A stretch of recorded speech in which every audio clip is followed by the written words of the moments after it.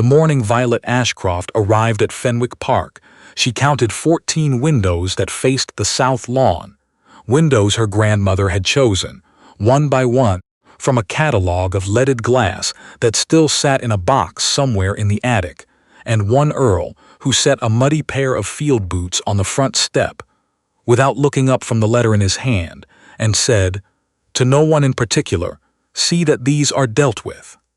She dealt with them. She had her reasons. The coach that brought Violet to Fenwick Park was hired and unremarkable, which was by design. She had dressed for the occasion the way a woman dresses when she needs to disappear into a role. A plain gray wool dress, good quality but not obviously so, hair pinned without ornament, her mother's pearl ring turned stone inward so it pressed cold against her palm. At the last inn before the park gates, she had looked at herself in the spotted mirror above the wash basin and decided she looked exactly like what she needed to look like. A woman of modest circumstance, answering an advertisement. Nothing more. The gates of Fenwick Park appeared through a gap in the hedgerow just past 10 o'clock, and Violet felt something move through her chest that she had not been prepared for. She had not been here in 8 years.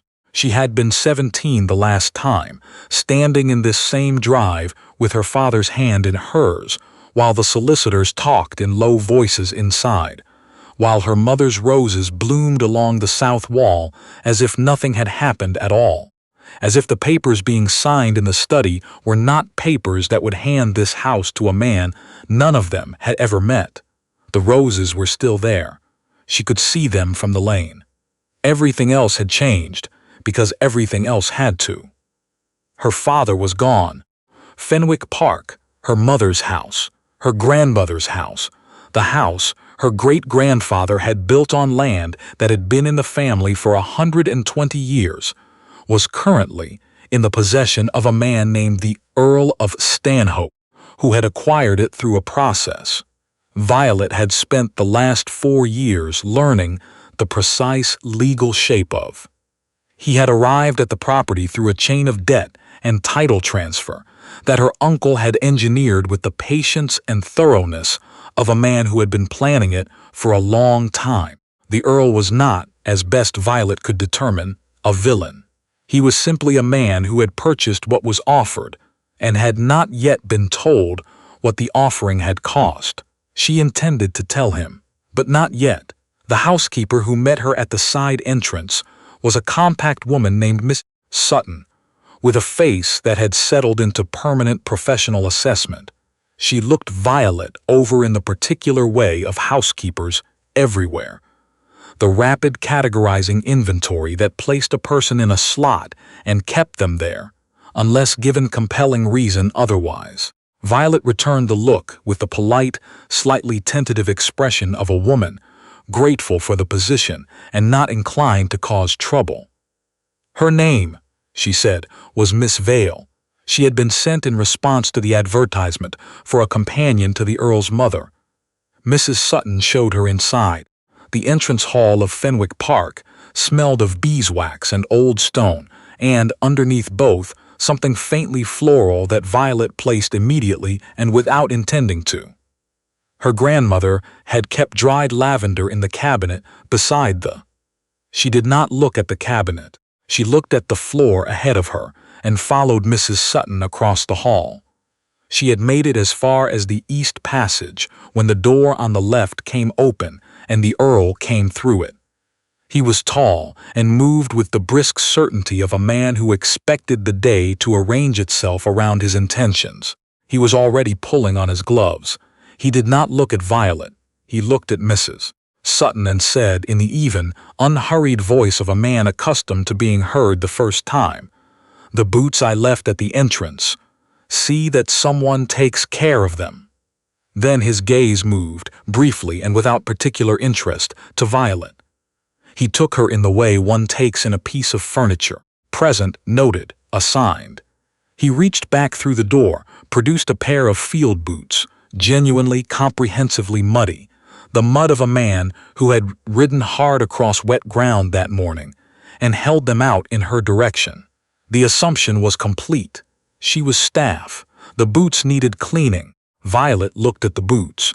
She thought of 14 windows. She thought of her grandmother's catalog, still in the attic. She thought of the ring pressed cold against her palm. She took the boots. The Earl was already walking away. Mrs. Sutton watched him go, then turned to Violet with an expression that was not unkind. Violet held the boots and said nothing. "I'll show you to your room," Mrs. Sutton said quietly. "Thank you," Violet said. "That would be very kind." She followed the housekeeper up the stairs, the boots in her hands, and did not allow herself to look at the cabinet by the door. The room she was given was small and clean, facing the rear garden. Violet set the boots beside the washstand, removed her gloves, and went to the window. Below, the south garden had been maintained, but not loved. The roses along the far wall had been clipped back too aggressively, in the way of someone who understood the mechanics of pruning, but not the particular personality of this variety, which her grandmother had always said wanted to be asked rather than told. Violet pressed one hand against the glass. She looked at the roses for a long moment. Then she sat on the edge of the narrow bed, reached into the inner pocket of her traveling coat, and took out a letter. Her father's handwriting on the outside. The ink faded, but the hand still unmistakably his. She had read it 11 times. She knew exactly what it said. She looked at it for a moment. Then she smiled, small and private and entirely her own. She had not come to Fenwick Park because she had no place else to go. She had come because her father's letter had told her exactly where to look, and because some things, some truths, some inheritances that had been misdirected, could only be corrected in person, by the right person, at the right time, with the right documentation. She had the documentation. She had the time. She had been patient for 4 years. She picked up the muddy boots and supposed she might as well start. The boots were cleaned and returned to the passage before noon. That afternoon, Mrs. Sutton outlined her duties. She was to attend the Countess Dowager, the Earl's mother, who resided in the West Wing and suffered from what Mrs. Sutton described with careful precision as an excess of feeling, several hours each morning. She was to assist with correspondence in the afternoons, to take her meals in the housekeeper's sitting room, to keep herself unobtrusive. Violet said she understood perfectly. She spent her first full day learning what had changed and what had not. The creak on the second stair was still the same stair. The library door still stuck in damp weather and required a lift of the handle. The light in the east corridor still shifted at 4 in the afternoon into something golden and specific that she had carried in her memory without knowing it. And when she walked into it for the first time in 8 years, she had to stop and simply stand in it for a moment. She recovered before anyone saw. The head gardener presented a different situation entirely. His name was Thomas Pruitt, and he had worked at Fenwick Park for over 30 years. He was a lean, weathered man who moved slowly and noticed everything, and had the particular quality of stillness that belongs to people who spend their lives watching things grow. He had taught Violet the name of every rose variety along the south wall. He had, when she was 9 years old, let her plant a cutting from her grandmother's favorite climber in the spot where she wanted it, not where the formal bed plan said it should go. When Violet crossed the rear courtyard on her second morning and Pruitt came through the kitchen garden gate, he stopped. He looked at her for a long moment with the focused attention of a man who trusts his eyes and is taking the time to be sure. Then he removed his hat and held it against his chest. Not a nod, not the perfunctory acknowledgement of a gardener greeting a household employee. He removed his hat the way a man does when he is acknowledging something significant. Violet met his eyes. She gave one small, deliberate shake of her head. Not yet. Pruitt put his hat back on. "Morning, miss," he said, in the tone of a man greeting a companion, and went back through the gate. That evening, Violet found a cutting from the old climber rose on the windowsill of her room. It was tied with a length of twine. It was the variety her grandmother had called stubborn and beautiful in the same breath, which had meant she loved it. Violet put it in the water glass by her bed. She did not cry. She had made herself a specific agreement about crying, and she intended to honor it. The cook, a broad and comfortable woman named Mrs. Bellamy, who had come to Fenwick Park 6 years ago, and ran the kitchen with the calm authority of someone who knew exactly how important she was, presented a more interesting situation. Mrs. Bellamy had not been at the house during Violet's family's residence. She had no reason to recognize her, and yet, on Violet's third morning, when she came to collect the Countess Dowager's breakfast tray, she found it set not with the modest portions allotted to household staff, but with a full, generous breakfast. Soft rolls, good butter, the expensive tea kept in the locked pantry, a small dish of preserved fruit that Violet had watched Mrs. Bellamy produce only for guests of particular importance. Violet looked at the tray. She looked at Mrs. Bellamy, who had her back turned and was occupied with the range. "Mrs. Bellamy," Violet said carefully, "I think this may be the wrong tray." "It isn't," said Mrs. Bellamy without turning around. "I'm the companion," Violet said. "You take what I give you," said Mrs. Bellamy pleasantly and turned around with an expression that ended the conversation. Violet took the tray. She did not ask how Mrs. Bellamy knew. Some things in old houses moved through the walls the way warmth moved through stone, slowly, invisibly, and all the way to the center. The house knew her. She had not anticipated how much that would matter, or how carefully it would make her move. She first noticed the Earl watching her on the 4th day. She was in the gallery above the main hall, walking slowly, allowing herself the private indulgence of moving through a space she had known since childhood, when she became aware of a presence at the far end. She turned. The Earl stood at the opposite end of the gallery. He was not walking toward her. He was simply there, still, watching her with an expression she could not fully read. It was not suspicion exactly. It was the look of a man who has assigned something to a category and is now noticing, with some irritation, that the thing keeps failing to behave like that category. Violet met his gaze. She did not look away first, which was clearly not what he had expected. After a moment, he walked toward her. He stopped a few feet away and looked at her with that same assessing expression. Then his gaze moved past her to the wall beside her. Violet turned slightly to follow his gaze and felt her breath stop for one single instant. The portrait was there. She had not yet walked far enough to reach it, but here it was, directly beside her, covered with a heavy cloth, as portraits sometimes were when households changed. The frame was visible, gilded wood, carved, a pattern she had traced with her fingers as a child.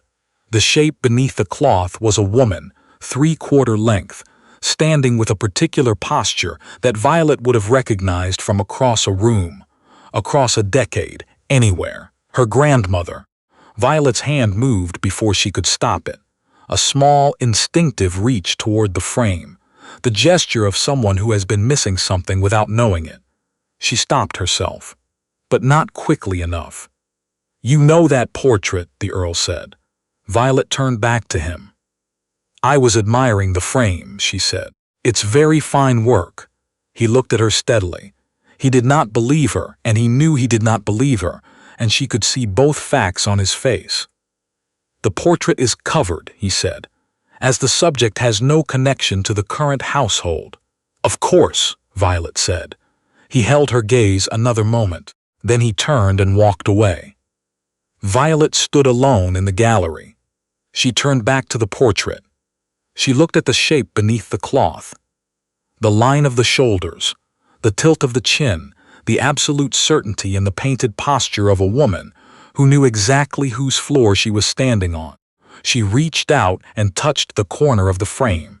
Just once. "Soon," she said, very quietly, to the portrait, to the house around her that already knew her name. She straightened her dress and walked on. The document she was looking for was in the East Study. She had known this from her father's letter. What she had spent the first week confirming was that it had not already been removed by her uncle, or by accident, or by the innocent rearranging that happened to houses when they changed hands. By the end of her 5th day, she was as certain as she could be without having held the thing in her hands. The document was there. The study was locked at night. Mrs. Sutton's key ring held a key that didn't correspond to any door Violet had yet identified. She had perhaps 10 days before her uncle's next visit. She had learned this from the Countess Dowager, who spoke at considerable length about most things, and whose companion she had become in the fullest sense. Listener, steady presence, the particular kind of company that anxious women need, which was the company of someone who was actually paying attention. The Countess Dowager's name was Lady Margaret Stanhope, and she was not, underneath the nerves and the elaborate social performances, an unkind woman. She had taken to Violet with the warm, slightly desperate affection of someone who recognized, on some instinct she didn't bother to examine, that this companion was more than she appeared. She didn't press on why. She talked. Violet listened, and in listening, Violet learned. She learned that the Earl, his given name was Edmund, which Violet had known from the legal documents, and which she did not allow herself to use even in her own mind, because calling him the Earl kept things properly ordered, had returned 6 months ago from a long period in Scotland, where he had been managing a mining concern his father had left in complicated condition. She learned that he had come back quieter than he'd left, according to his mother, and that Lady Margaret found this worrying in the specific way that mothers find quietness worrying when they do not know the cause of it. She also learned, incidentally, and with much greater focus, that her uncle, Mr. Harrison Foxley, had visited Fenwick Park twice in the past month and was expected again within the fortnight. Foxley. She had not said the name aloud in 4 years. It sat in her mind like a stone that had been there long enough to have grown smooth. She had 10 days. The woman who arrived on the 6th day was named Miss Lavinia Trent. She was 24, possessed of the particular beauty that comes from knowing since childhood that one is beautiful and organizing accordingly, and she arrived with a considerable amount of luggage and the quiet assurance of a woman who has been told she will make an excellent match and has come prepared to make it. She was everything the social arithmetic of the situation called for. The Earl's mother approved of her. The Earl was polite to her. She was well-mannered in company, gracious in public, and practiced at becoming whatever the room required. In private, Violet observed within the first 36 hours she was someone else entirely. In private, Miss Trent spoke to household staff the way certain people speak to individuals who cannot answer back. Not with heat, which might have indicated feeling, but with the flat, efficient cruelty of someone who had simply never considered that it mattered. Her voice dropped when she addressed them. Her gaze went level and evaluating. She corrected. She dismissed. She made small cuts with the precision of a woman who had been making them for long enough that it felt like ordinary conversation. She disliked Violet on sight. Violet had observed this type of dislike before. It was the dislike of someone who has recognized, before any evidence has been collected, that here is something that doesn't fit the expected arrangement. On her second evening, Miss Trent caught Violet in the upstairs corridor and said, without preamble, "You, the hem of my dinner dress has come undone. Come and see to it." Violet considered the several responses available to her. Then she said, "Of course," and followed Miss Trent into the guest room. She knelt and stitched the hem. She did it slowly and with complete precision, the way she did everything. And while she worked, Miss Trent stood above her, looking at herself in the glass, and said, almost to herself, "I cannot imagine what the Countess Dowager needs a companion for. The woman seems perfectly capable of talking a person into an early grave without any assistance." Violet said nothing. She finished the hem. She began to rise, and as she rose, she brought her mouth close to Miss Trent's ear and said, very quietly, 4 sentences. The color left Miss Trent's face, not in a flush, in the particular way that color leaves a face when something has been said that the listener did not expect anyone to know, and now must rapidly calculate what the knowing means. Violet stepped back and smoothed her skirt. "The hem will hold," she said pleasantly. "Enjoy your dinner." She left the room and closed the door quietly behind her. In the corridor, she walked 6 steps before allowing herself, around the corner, entirely alone, one small private satisfaction. She had not come here to be trodden on. She had come to be patient, which was different. Downstairs, the dinner bell rang. She went to collect Lady Margaret, and as they walked toward the dining room, they passed the Earl coming the other direction. He glanced at Violet the way he generally did. Then he paused. "Miss Vale," he said, with the tone of a man completing a social courtesy, "are you settling in well?" "Quite well, thank you, my lord." He nodded. He moved on. Lady Margaret patted Violet's arm. "He notices more than he lets on," she said vaguely, to no one in particular. Violet said nothing, but she thought about it for the rest of the evening. She thought about the way he had cut across Lord Beauchamp's comment at dinner the previous week when Beauchamp had addressed himself to Violet with a particular kind of attention that had not been comfortable. She thought about the Earl stopping in the corridor. She thought about the shape of a man who had been described to her, in letters and legal documents, as proud and cold and preoccupied with his own affairs, and who kept, with stubborn inconsistency, doing things that didn't fit the description. It did not change her plan. She was very clear on this point. But that night, at her desk with her father's letter, she allowed herself one question she had not asked before. What would he do, she wondered, when he learned the truth? She folded the letter. She put it away. She had perhaps 9 days.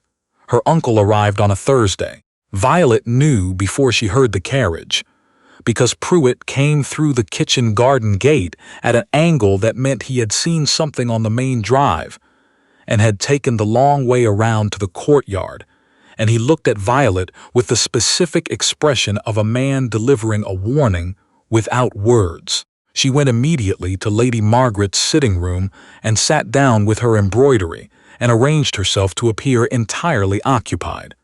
Harrison Foxley. She had not seen him in 4 years. The last time had been across a courtroom in London, where he had stood beside his solicitor and described the circumstances of her father's death and the condition of the estate, in language that was technically accurate in every particular and false in every way that mattered. She had sat across the room and looked at his hands and thought about her father and said nothing. She was good at saying nothing. From Lady Margaret's window, she watched the carriage come through the main gate. She watched the door open. She watched a man step out who was gray at the temples and well-dressed and had the face that he had always had, the kind of face that arranged itself naturally into expressions of warmth and openness, the most dangerous kind of face for a dishonest man to have. She watched him extend his hand to the Earl with the comfortable familiarity of a trusted associate. She watched the Earl receive it with the neutral courtesy he applied to most things. She went back to her embroidery and did not look up again. She had 8 days. She moved that night. The east study door was locked, as she had expected. She had identified Mrs. Sutton's key 2 days prior, on a ring that hung in the housekeeper's room each night from 10 o'clock onward. Mrs. Sutton slept soundly. Violet had established this by listening. She did not take the key. She borrowed it for precisely 9 minutes, returned it, and spent those 9 minutes in the east study with a small candle and the concentrated focus of a woman who knows exactly what she is looking for. Her father's letter had been specific. In the east study, He had written, in his careful, unhurried hand, behind the third panel left of the window, the one with the loose lower corner, you'll feel it before you see it. There is a space built into the original construction. Your grandmother hid things there. I learned it from her. I put what needs to be there. The panel was exactly where he had described. The space behind it was exactly as he had said. And inside, wrapped in oilskin, in the way her father had wrapped everything he needed to protect, was an envelope. Violet did not open it that night. She replaced the panel, returned the key, and lay in her room in the dark, with the envelope inside her traveling coat, hung on the back of the door, and she breathed slowly and allowed herself to feel, for the first time since arriving at Fenwick Park, the edges of something that might have been relief. She opened the envelope before dawn. It contained 3 things. Her father's will, dated 14 months before his death, signed and witnessed with the meticulous legality of a man who had understood that his brother would eventually do exactly what he did. A letter from a solicitor in London confirming the will's proper execution and the location of the original filing. And a note, in her father's handwriting, that said only, "I knew you'd come back to it. I am sorry it came to this. The house is yours. It has always been yours." She read the note 4 times. Then she folded everything back into the oilskin, placed it in the inner pocket of her traveling coat, and went downstairs to collect Lady Margaret's breakfast tray. Mrs. Bellamy gave her the good tea without discussion. Violet drank it standing in the kitchen, which was not what companions did, and Mrs. Bellamy said nothing about it, and Pruitt came in from the kitchen garden and looked at Violet's face the way a man looks at someone he has known for 30 years and does not need words with, and gave a single slow nod. Violet nodded back. The days that followed were the most careful she had navigated. Her uncle was charming at dinner. She heard him through the walls, that voice, the easy warmth of a man performing for a room he believed he had already won. He was working on the Earl. She could hear it in the rhythm of things, the way a conversation steered by Foxley moved in circles that all curved toward the same center. She understood the shape of it more completely on the 3rd day of his visit, when she passed the study door, the study now used by the Earl, the room where her father had worked, the room that still held the mark on the wall where his bookshelf had stood, and heard, through a gap where the door had not been fully pulled to, her own name. She stopped. She listened. Her uncle's voice, warm with reluctant duty. "Miss Vale, I feel I must speak plainly, your lordship, as a man who has some concern for your household. I understand she has been employed here as a companion." A pause, carefully weighted. "I must tell you, and I say this as a man who has genuinely tried to act with charity toward the girl, that she has a history, certain instabilities of character, claims she has made before, about property, about documents she insists exist, claims that have proven, upon examination, to have no foundation whatsoever." Silence from the Earl. "I don't say this to damage her," Foxley continued. "She is a young woman without other prospects, and I have tried, believe me, to be kind.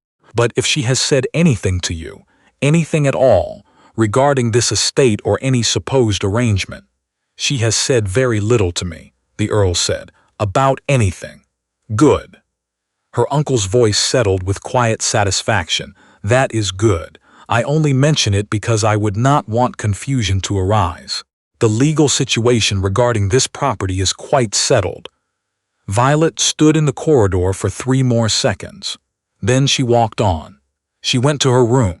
She sat on the edge of her bed and placed both hands flat on her knees and looked at the window and breathed through the cold anger in her chest, the way she breathed through most things, with deliberate patience, with the knowledge that this was the moment her uncle had been building toward for 4 years, and that she had known it was coming, had always known, and had prepared.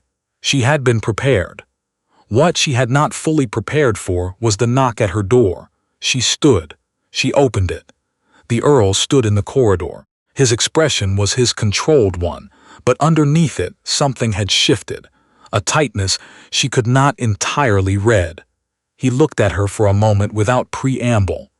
"Your uncle tells me," he said, "that you have made claims before regarding property in this area, claims found to have no merit."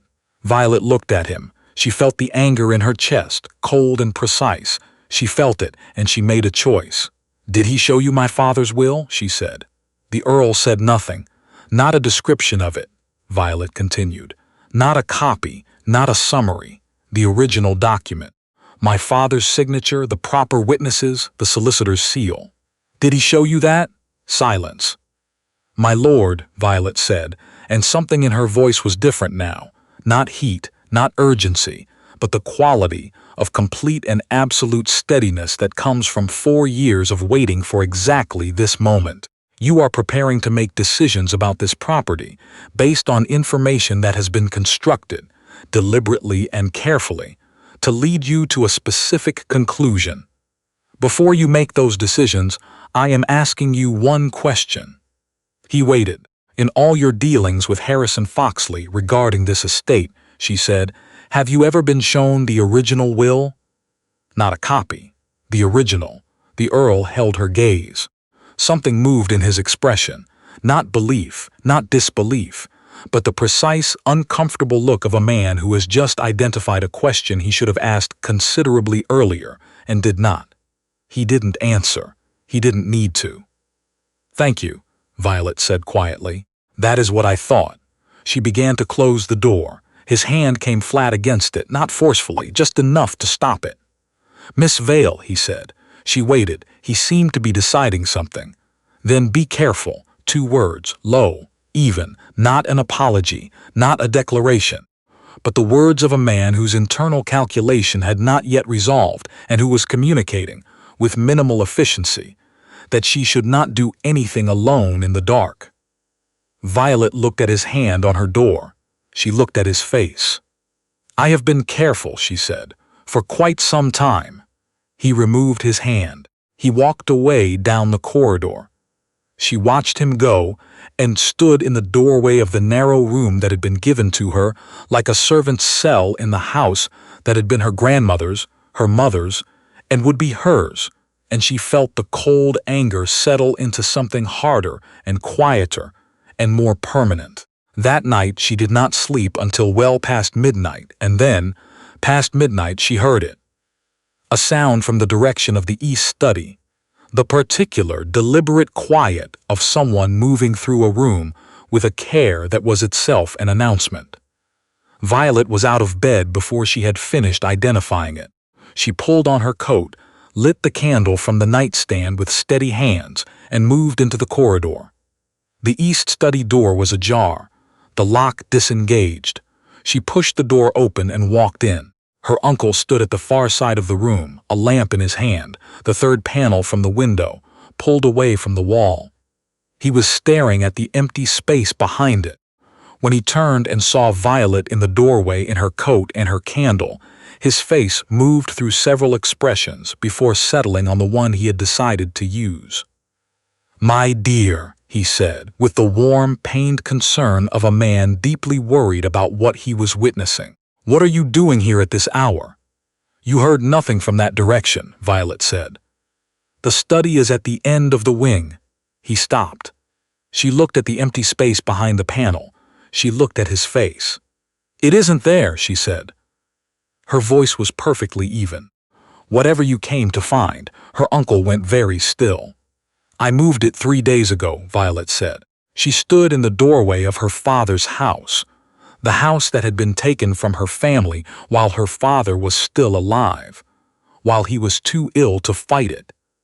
And she looked at the man who had done it, and she felt nothing that she was willing to let him see. "I think," she said quietly, "that you should go to bed." She held the door open. After a long moment, her uncle walked past her and out into the corridor. His shadow went long against the wall. She watched until his footsteps had gone entirely. Then she went back to her room, sat on the edge of the bed, placed one hand over the oilskin envelope inside her coat, and held it there in the dark. 5 days. She could manage 5 days. The morning after the study, her uncle was in the housekeeper's sitting room when Violet came down, not where he took his meals, which meant the conversation she had hoped to delay was apparently beginning now. She sat down. She poured her tea. She waited. Her uncle watched her with the expression he had settled on since the night before. Not warmth, he had put that away. Something more considered. "You have something?" he said. "Good morning, Uncle Harrison," Violet said. "Don't." His voice dropped its performance entirely. This, she thought, was the actual voice. She had heard it once before, when she was 16, when he had told her father that the estate management was an embarrassment and the family would be better served by someone with proper instincts. Her father had said nothing. Violet had stood in the hall outside the study and memorized the sound of it. "You have something, and I want to know what." "I have my tea," Violet said pleasantly, "which Mrs. Bellamy makes exceptionally well." Her uncle set down his cup. "You were a difficult child," he said. "Your father found it charming. I found it tiresome." "I know," Violet said. "I remember that clearly." They looked at each other across the table with the particular honesty of two people who have decided, mutually and without announcement, to stop performing. "Whatever you think you have," her uncle said, "it will not hold. I have spent 4 years ensuring that any claim you make arrives already undermined. I have spoken to the appropriate people. I have managed the legal process with considerable care. You are a young woman with no standing and a history of instability that I have taken pains to establish, and whatever document you believe exists." "4 years," Violet said. He stopped. "You said 4 years." She tilted her head slightly. "My father was ill for 2 years before he died. You began before he was gone." Her uncle said nothing. "I know," Violet said, not with heat, simply as a fact that had been known for a long time and required no further emotion. "I have known for quite a while. I want you to be clear on that, not so that you feel caught, but so that neither of us wastes time pretending otherwise." She stood. She smoothed her dress. She picked up her cup and saucer. "You're expected in the Earl's study at 10 o'clock, she said. "I would use the time between now and then to think carefully about what you intend to say." She left him at the table. She spent the morning with Lady Margaret, who was in better spirits than usual, and spoke at length about a garden party she had attended in her youth.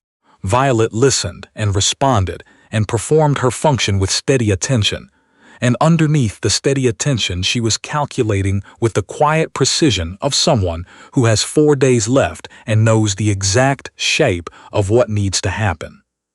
The document in her coat was legitimate. She had no doubt of it. Her father had been in all things meticulous in precisely the way that a man must be when he knows that his brother is watching and waiting. The will was properly executed, properly witnessed, properly filed in London with a solicitor who had been waiting for exactly this. What she did not have was time. The condition her father had written into the will, a provision requiring the rightful heir to appear in person before a legal witness and formally assert the claim within 1 year of the death, expired in 4 days. Her father had added this provision deliberately. She had come to understand, not as a trap, but as a mechanism, to force her to come home, to make it impossible to settle the thing by correspondence at a distance without ever standing in the house and saying, "This is mine." 4 days. She needed a solicitor or a magistrate or someone with the legal standing to receive and record her claim before the deadline. She needed this in London, which was 4 hours by coach. She needed it without her uncle knowing until it had already been done.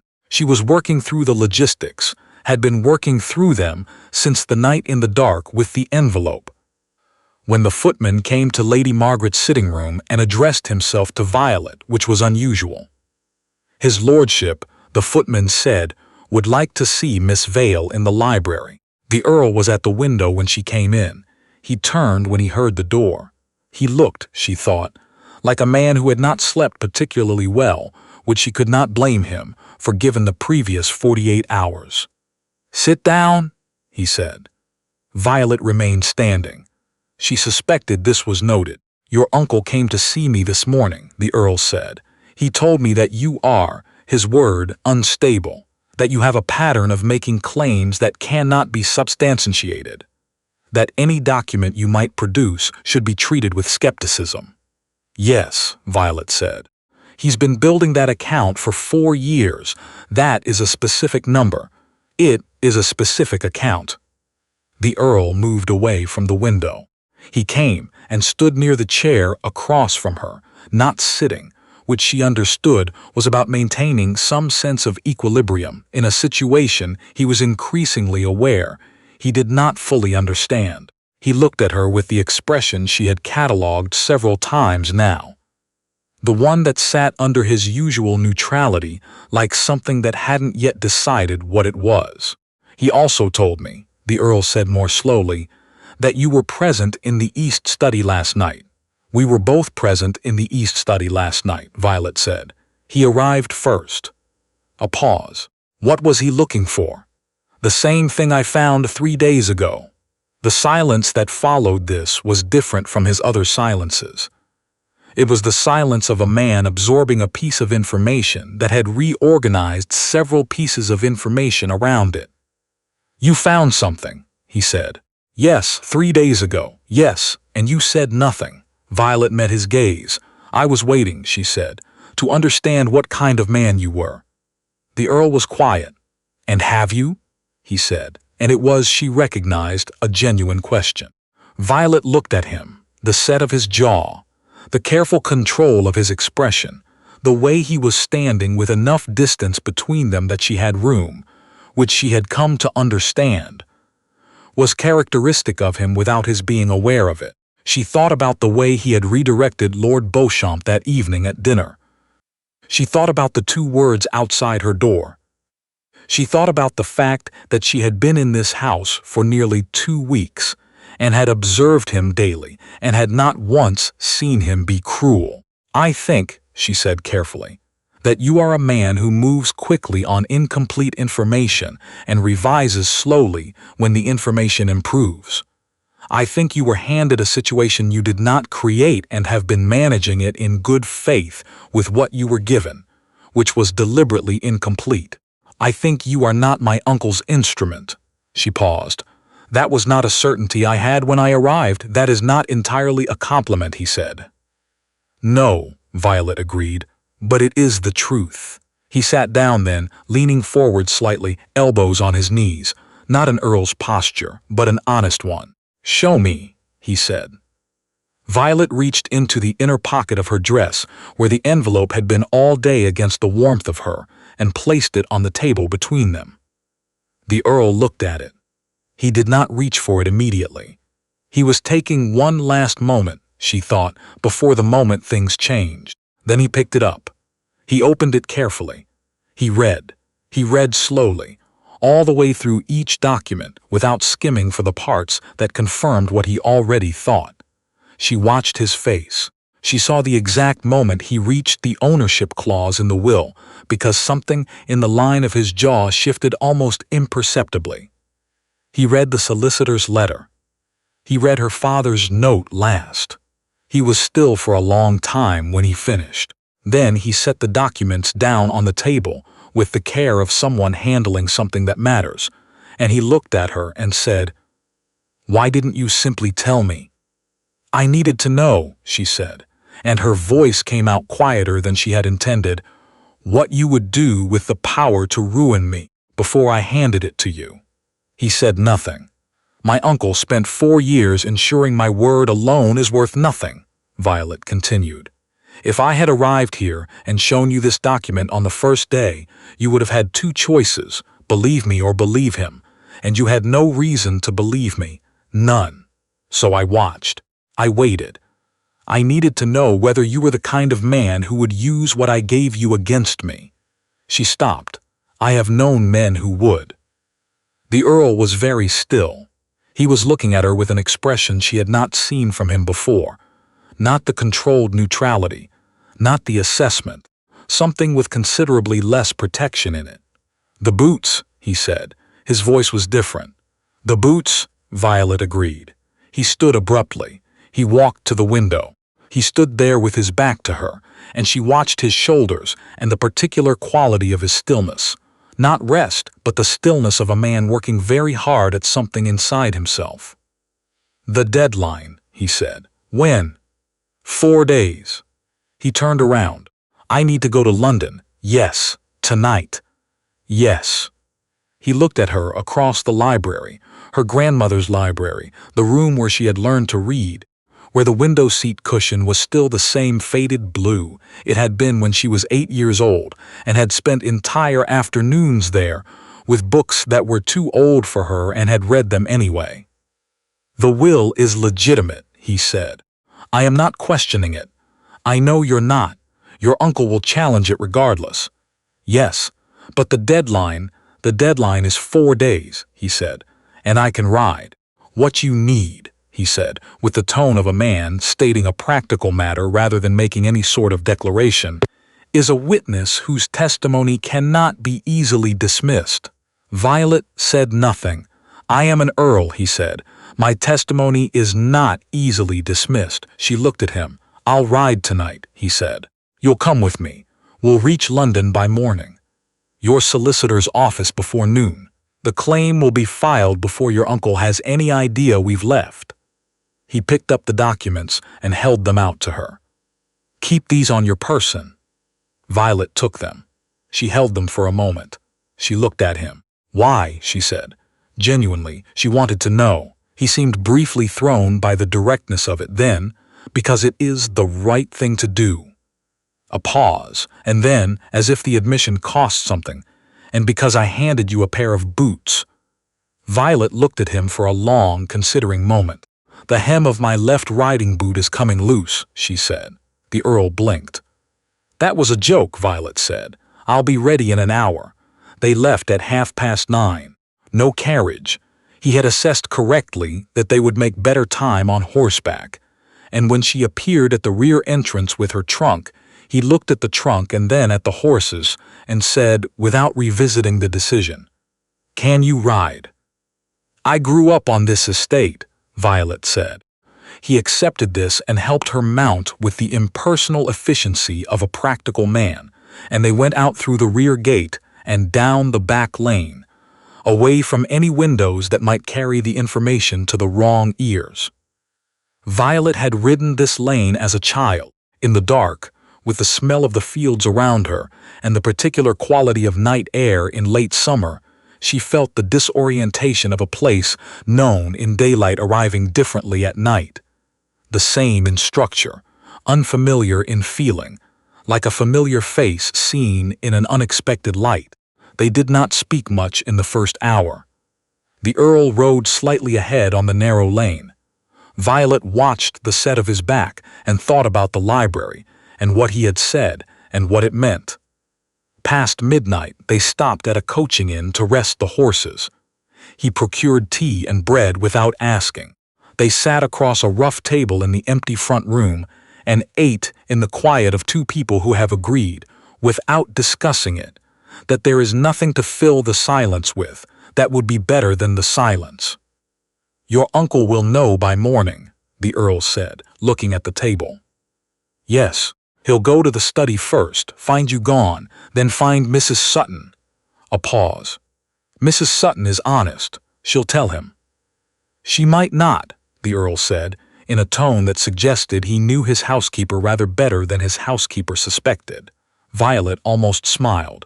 "He'll assume London regardless. He'll send a rider. He won't get there before us. But when we arrive, the filing has to be done before noon, or we lose the advantage." "I understood the urgency of noon," the Earl said, with a dryness that surprised her into an actual, brief, involuntary smile, "before we left."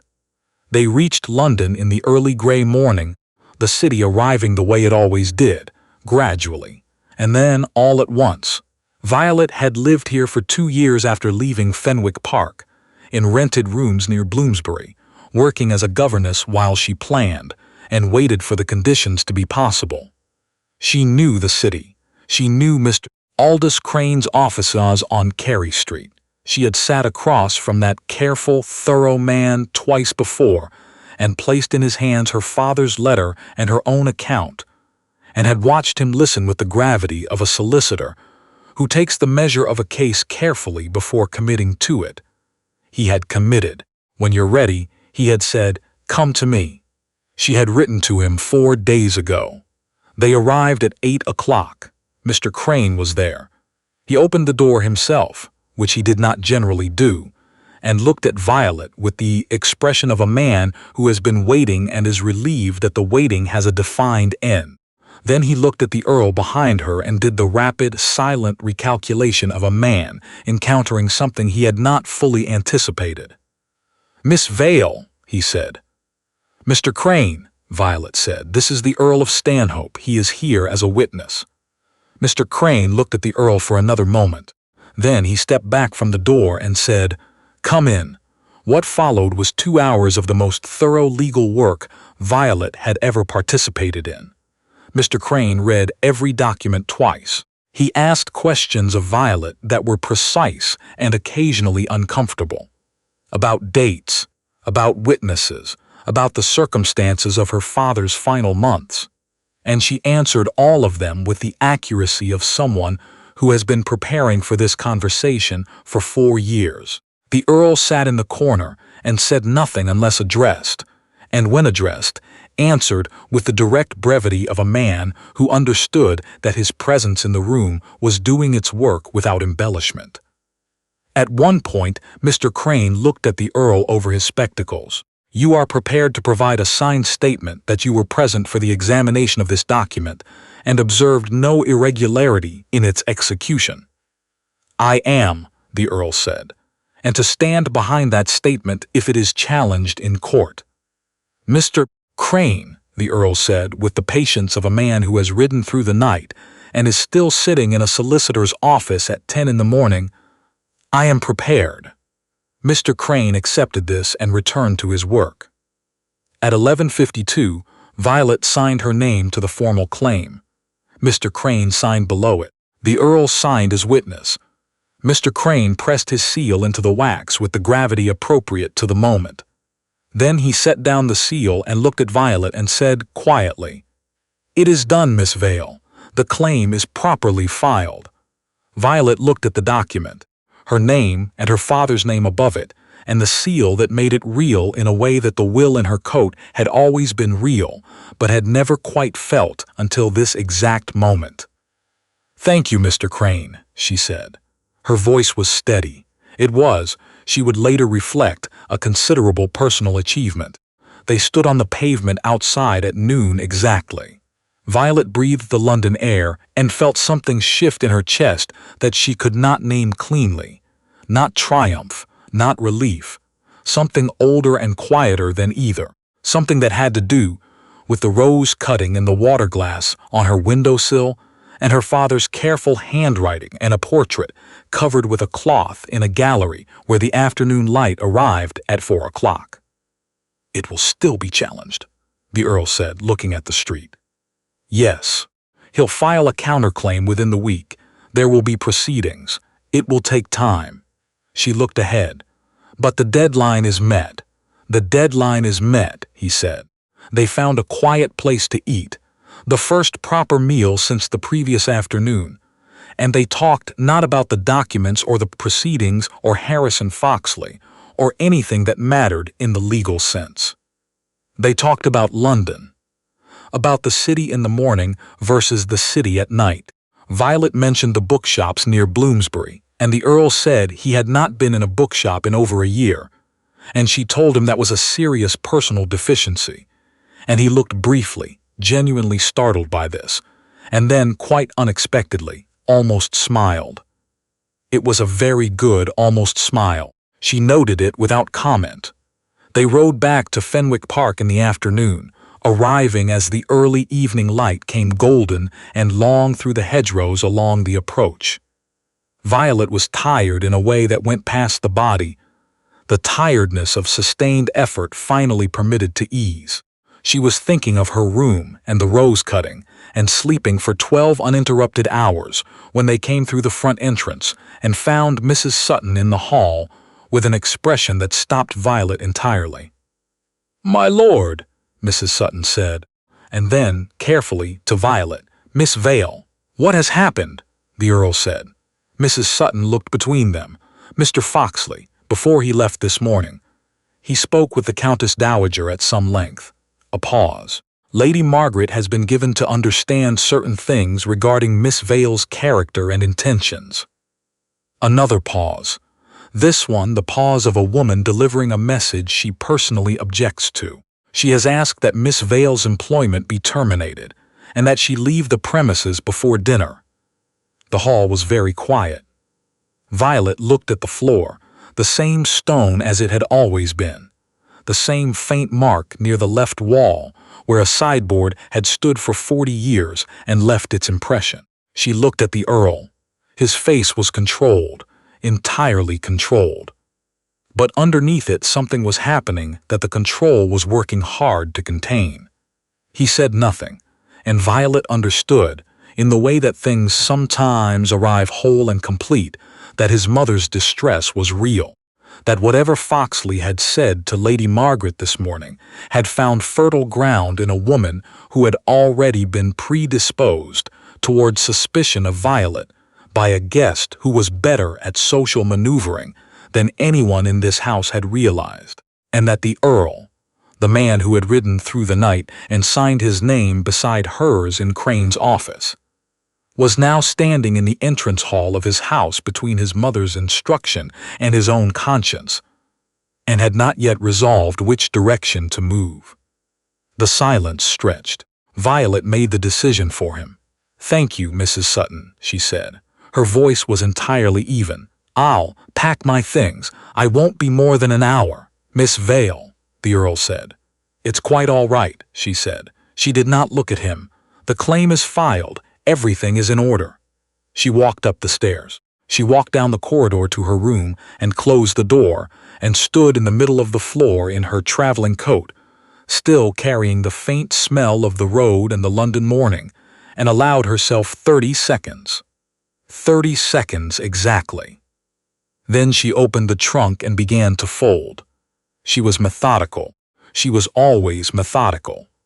She folded each thing with the neat precision of someone who has done this before and understands that the hands must be occupied when the mind cannot be. She had nearly finished when she noticed the rose cutting on the windowsill. The one from Pruitt. It had been in the water glass for 4 days. It was still going. She looked at it for a long moment. She left it where it was. She closed the trunk. She sat at the small desk and wrote a letter. Several minutes, her father's unhurried hand that she had spent her whole life trying to match. When she finished, she folded it without sealing it and left it on the desk. Then she picked up her trunk and walked out of the room without looking back. She carried the trunk downstairs herself. Mrs. Sutton moved to assist her. Violet declined with a smile. Mrs. Bellamy appeared at the kitchen corridor entrance, and her face, when she saw the trunk, did something complicated that Violet did not allow herself to look at for too long. She met Mrs. Bellamy's eyes and gave the smallest shake of her head. "Not yet, but it's coming." She asked the footman for a carriage. She stood in the entrance hall and waited. She did not look at the gallery where the portrait was. The Earl came down the stairs. He came down them with the look of a man who has reached a decision that sits uncomfortably with him and is coming to deliver it anyway. She watched him descend and thought, there it is. That is the shape of it. He reached the bottom. He stopped. He looked at her trunk. He looked at her. He opened his mouth. "Please don't," Violet said. He closed it. "Whatever you were about to say," she said quietly. "I am tired and I have the document and the claim is filed and I will be perfectly fine."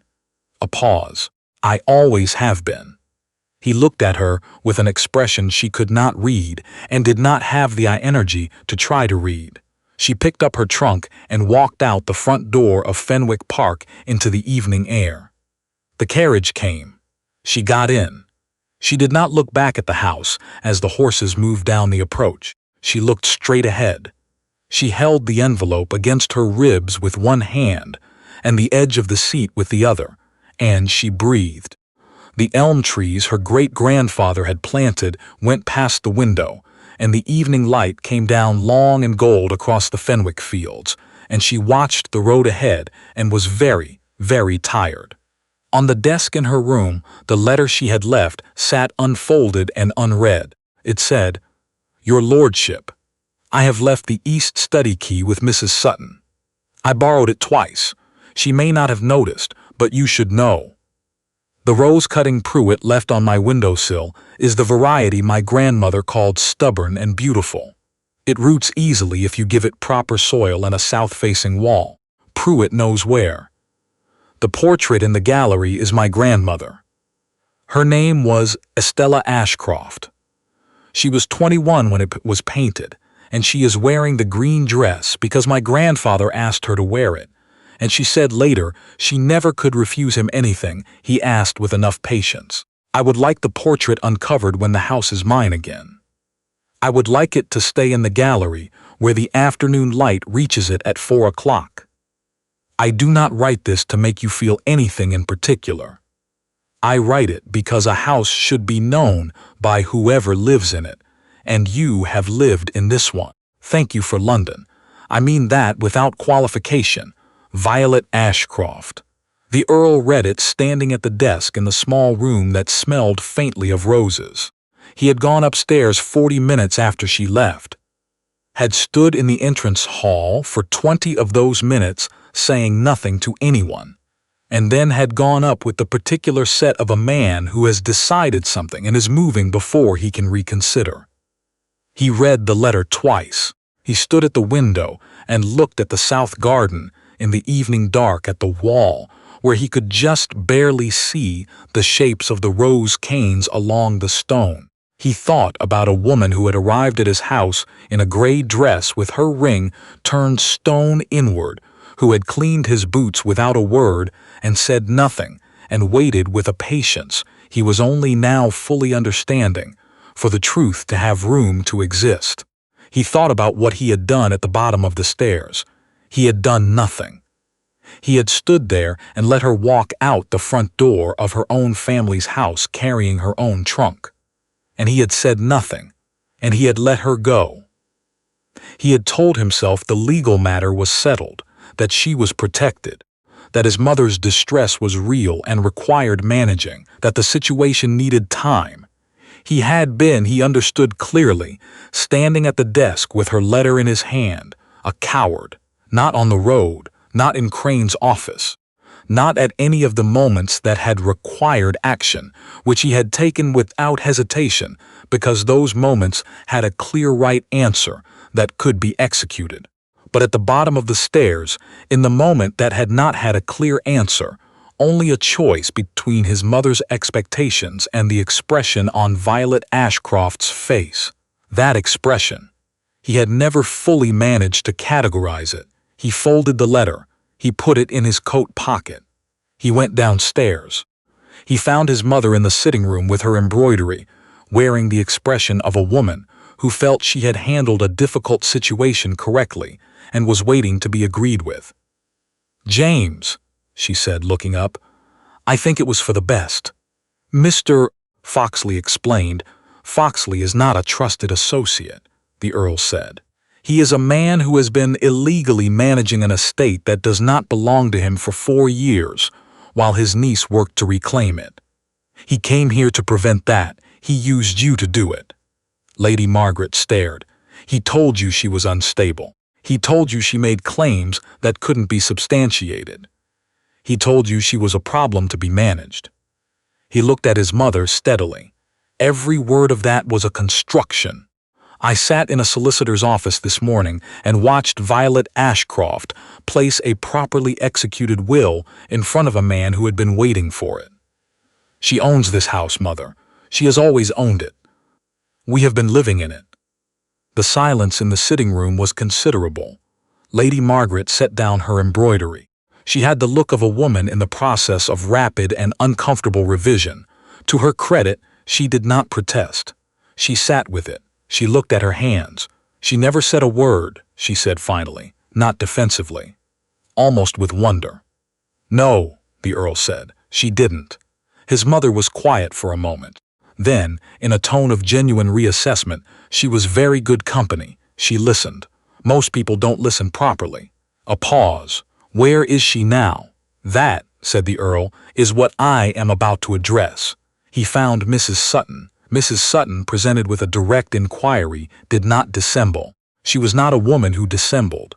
Miss Vale had asked for a carriage to the coaching inn at Harfield Cross, and from there had presumably intended to go on toward London, and she had left approximately 3 hours ago. 3 hours. Have Hadley saddled, the Earl said, and went to change his coat. He was in the stable yard 12 minutes later, when Pruitt came around the corner from the kitchen garden with the unhurried walk of a man who had timed this appearance deliberately. The old gardener looked at the Earl with a particular neutral assessment that the Earl now recognized, with clarity, as exactly like Violet's own face. Harfield Cross, the Earl said. She left 3 hours ago. How long does the evening coach to London wait? Depends on the night, Pruitt said. Thursdays they generally wait. Stage runs late, coming from the north. It's Thursday, the Earl said. Yes, Pruitt said. It is. The Earl mounted. He looked down at the old gardener. The roses along the south wall, he said. She says they want proper attention. Her grandmother's way. Pruitt looked up at him. Something shifted in his face. Not surprise, but the expression of someone who has been patient for an exceptionally long time and is watching that patience come to something. I know how, Pruitt said. I've been waiting for someone to ask. The Earl nodded. He rode. He rode hard. The road to Harfield Cross was 5 miles, and he covered it in the dark with the focused urgency of a man who has identified precisely what he should have done 2 hours ago and is correcting the error with everything available to him. The night was clear and dry, and the knowing of what he intended to say when he arrived was less clear than the road ahead, but he had set that aside on the grounds that some things cannot be prepared for, only arrived at. The coaching inn at Harfield Cross was warm and lit from within, and the stage was still in the yard.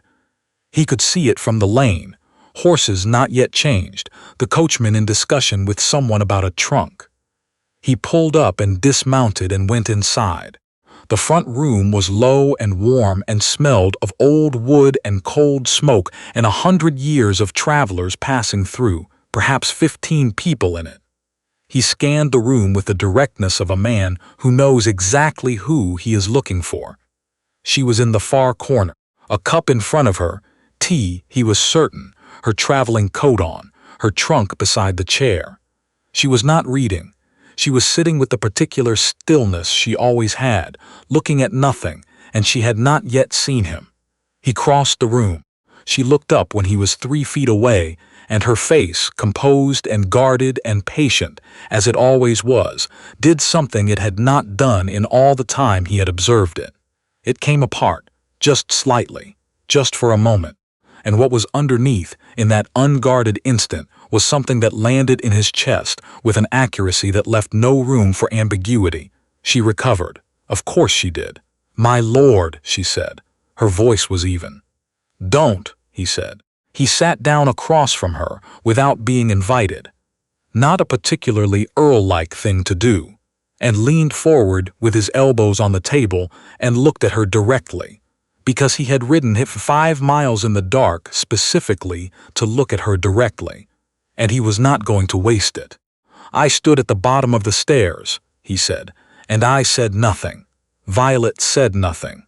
That was wrong, he said. The claim is filed. You are protected. That is resolved. But it was wrong. You walked out of your own family's house carrying your own trunk, and I stood there, and I had reasons, and they seemed like reasons at the time, and they were not. He paused. They were the habits of a man who has spent a long time managing things from a distance and calling it prudence. She was looking at him with the expression he had never been able to categorize. Your mother. she began. Knows, he said. I told her everything. She is revising her opinions, which she does slowly, and with some resistance but thoroughly. She also, he paused. She said you were very good company. Something moved at the corner of Violet's mouth. The proceedings will begin next week, he said. Foxley will file a counterclaim, 6 to 8 weeks for resolution, according to Crane. During that time, the estate is in a complicated legal position. He held her gaze. I would like you to come back to Fenwick Park, not as a companion, as its owner, while the proceedings resolve. Violet looked at him. My mother wishes to apologize to you, he said, in her own time, in her own way, which will involve several indirect conversations before she arrives at it directly. But she will get there. You know her well, Violet said. I have had 32 years, he said. She looked at the table, then at her tea, then at her trunk, then back at him. There is something else, he said. He reached into his coat and produced a document. Smaller, older, the paper slightly yellowed. He placed it on the table between them and pushed it toward her. I found this in my father's papers when I inherited. I read it at the time and did not understand it. I understand it now. Violet looked at it. She reached out and picked it up. The handwriting was unfamiliar, but the name at the top was not. It began, Dear William. His father's name had been William. And Violet read it with the steadiness she brought to everything. And the Earl watched her face as she read, and he saw the exact moment she understood what it was. Her father had written to his father. Years ago, before the illness, before any of it, a letter between two men who had known each other, had been neighbors, had trusted each other in the quiet way of men who do not declare such things, but simply act on them. The letter said, If anything should happen to me, and Violet is alone, you will know her. She will not ask for help. She is more capable than most people will think to look for, and she will need someone who can see past the not asking. Violet read it to the end. She held it for a moment. She set it down on the table between them, on the rough surface of the coaching-in table, with the particular care of setting down something fragile. She looked at him. He knew your father, she said. Better, apparently, the Earl said, than either of us knew. A silence. Outside, the coachman called the final boarding. Neither of them moved. In the library, Violet said, you asked if I knew what kind of man you were. And do you? He said. She looked at him for a long moment. I think, she said slowly, that you are a man who rides 5 miles in the dark on a Thursday to a coaching-inn, because he stood at the bottom of a staircase and said nothing, and couldn't let that be the end of it. The Earl held her gaze. That is a very specific observation. I am a very observant person, Violet said. The coachman called again. Violet looked at her trunk. She looked at the door. She looked at the man across the table, who had ridden through one night for a legal document, and through another night for an entirely different reason, and who was looking at her now with the expression she had stopped trying to categorize because some things did not need categories. The portrait, she said, in the gallery. It will be uncovered before you return, he said. Tonight. Violet looked at him. Then she reached across the table and picked up her father's letter and held it for a moment and placed it carefully inside her coat. She stood. I'll need a moment to tell the coachman, she said. Take whatever time you need, the Earl said. She went to the door and spoke to the coachman. She came back. She picked up her trunk. She looked at the Earl, who had also stood and who was looking at her with the expression she had finally decided to name. She had earned the right. He was looking at her the way her grandfather had looked at her grandmother in the portrait, the way a man looks when he has stopped pretending he does not. Well then, Violet said. Well then, said the Earl. They walked out of the coaching-inn into the clear Thursday night, and above them the sky was vast and crowded with stars, and the road back to Fenwick Park lay ahead of them, pale and certain in the dark. He helped her mount. His hands were steady. So were hers. They rode. 1 year later, Fenwick Park in late summer was the particular kind of beautiful that Violet had carried in her memory through years of rented rooms and careful planning without ever letting herself take it out and look at it directly, because some things, held at a distance for long enough, can begin to feel like grief for something that might not be recoverable. It was recoverable. The legal proceedings had taken 11 weeks, longer than anticipated, because Foxley had filed his counterclaim with the aggressive thoroughness of a man with nothing left to lose. He had challenged the will's execution, the witnesses, the filing date, the condition clause, and once, in an act of creative desperation, the mental competency of the original notary. Mr. Crane had addressed each challenge with the unhurried precision of a man who had been preparing for exactly this opposition for considerably longer than Foxley had been preparing to mount it. The Earl's signed testimony had been, as he had predicted in Crane's office, not easily discredited. The estate was formally returned to Violet Ashcroft on a Tuesday morning in early November. Mr. Crane's letter arrived at breakfast. Violet read it at the table, the proper table in the dining room, where she had been taking her meals since the morning after her return, and set it down and looked at the window and said nothing for a moment. Lady Margaret, who had developed the habit of joining Violet for breakfast on the grounds that it settled her nerves considerably better than anything else, looked at her face and said, "Is it done?" "It's done," Violet said. Lady Margaret reached across the table and patted her hand with the warm certainty of a woman who had completed her revision several weeks prior and arrived at something genuine. The apology had come, as the Earl had predicted, through several indirect routes, a meditation on the untrustworthiness of men who smiled too readily, a lengthy account of a social slight she herself had once suffered, and then, one morning over tea, "I am sorry, my dear. I was made a fool of, and you paid for it." Violet had accepted it without theater, and they had both been relieved to move forward. Foxley had left the county before the proceedings concluded. His name was not spoken at Fenwick Park, not a rule anyone had declared, and everyone observed. The proceedings had also, in their final weeks, uncovered irregularities in the estate accounts from the 4 years of his management. These had been referred to the appropriate parties and were now someone else's problem. Violet had been informed. She had noted it and moved on.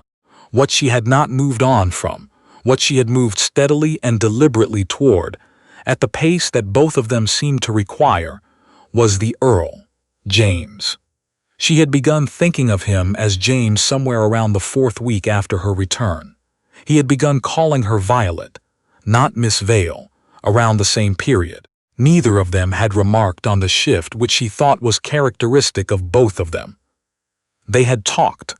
This, she had discovered, was the central fact of it, not the legal proceedings, not the social arithmetic of their positions, not the opinion of the county, which had been surprised, and then rapidly accepting in the way that counties were when an Earl made his intentions clear. They had talked, at length, over many evenings in the library and in the south garden and on horseback along the eastern boundary, where the land ran wide and flat, and there was room to say things properly. He had told her about the years in Scotland, about the engagement that had ended before he'd gone.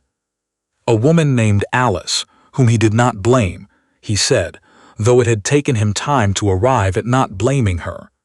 About the quietness that had come back with him from the north, which he described not as sadness, but as the particular sense of a man who has returned to a life that fits him differently than it did before. Violet had told him about London, about the governess work and the rented rooms and the discipline of 2 years spent preparing for something, while not knowing exactly when it would be possible.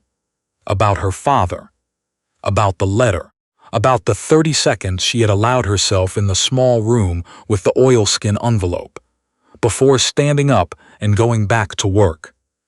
He had listened, and there was a difference, she had found, between observing that a man could listen and having him listen to you. The difference had mattered more than she had anticipated. In November, in the library, he had asked her, with the directness that she had been come to understand was his particular form of gentleness, whether she would consider making the arrangement permanent. He had not said the obvious practical things, though they were true. He had said, "I have been trying to imagine this library without you in it for the past several months, and I find I can't do it. I suspect that means something. I would rather know what you think it means than spend another winter being sensible about it."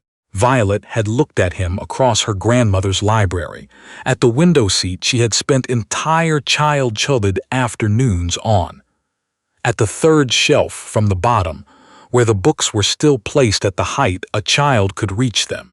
She thought of 14 windows and a pair of muddy boots and a man who had ridden out twice in the dark, once for a document and once for a reason that had nothing to do with documents. She said yes, simply and without ceremony, the way she said things she meant. Now it was late summer, and Fenwick Park was full of light. The portrait of her grandmother hung uncovered in the gallery, as it had since the night Violet came back from Harfield Cross.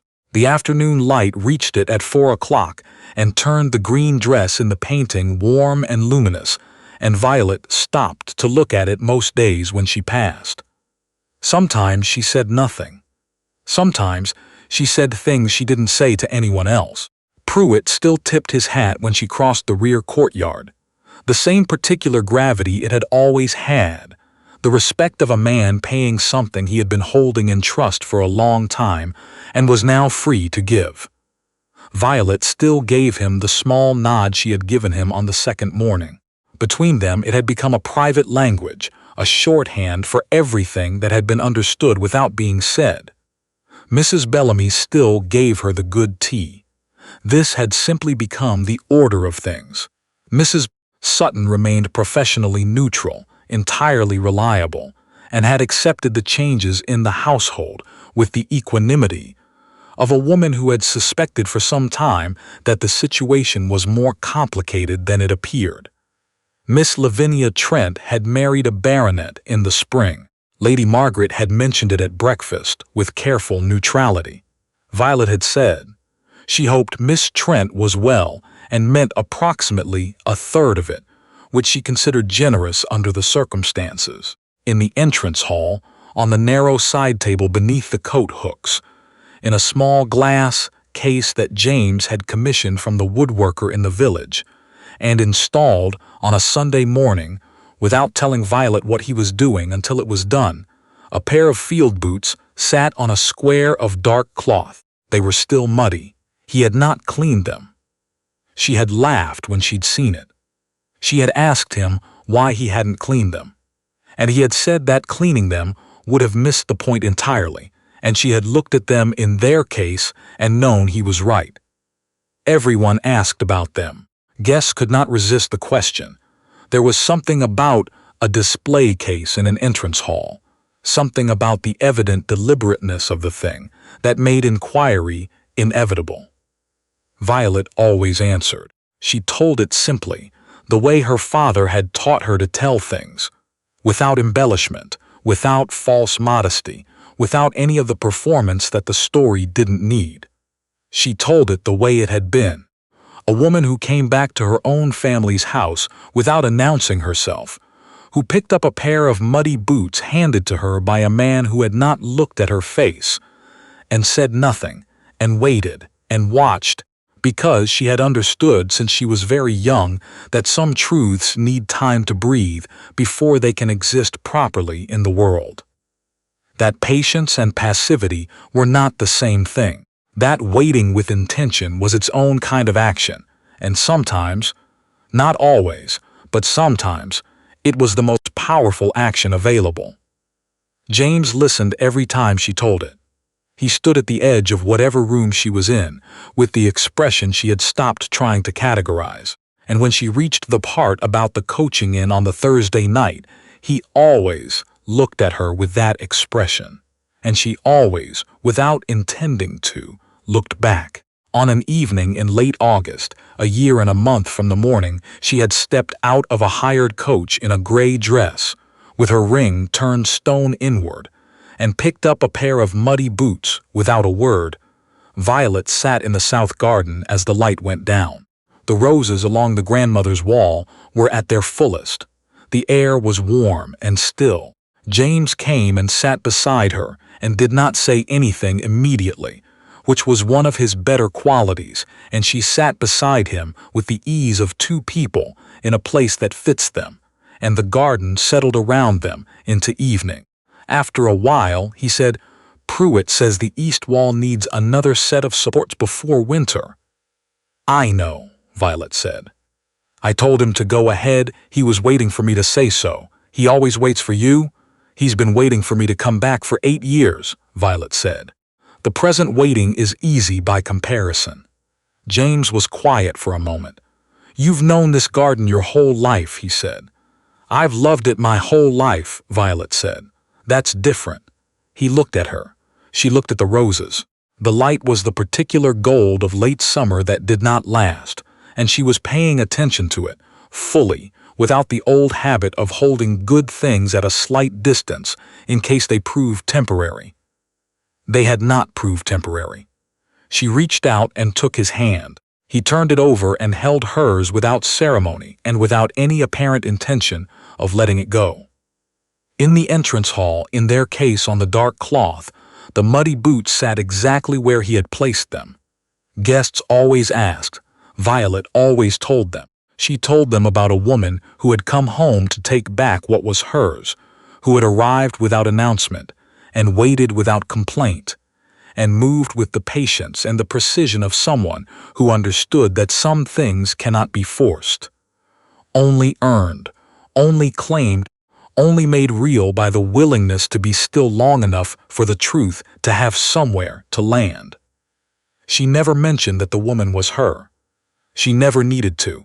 The house already knew, and the garden already knew, and the man beside her in the evening light had known, she thought, from approximately the 4th day, had known and had been making his way toward the knowing of it, slowly, in the way that people move toward things that matter, without rushing, without retreating, one careful and deliberate step at a time.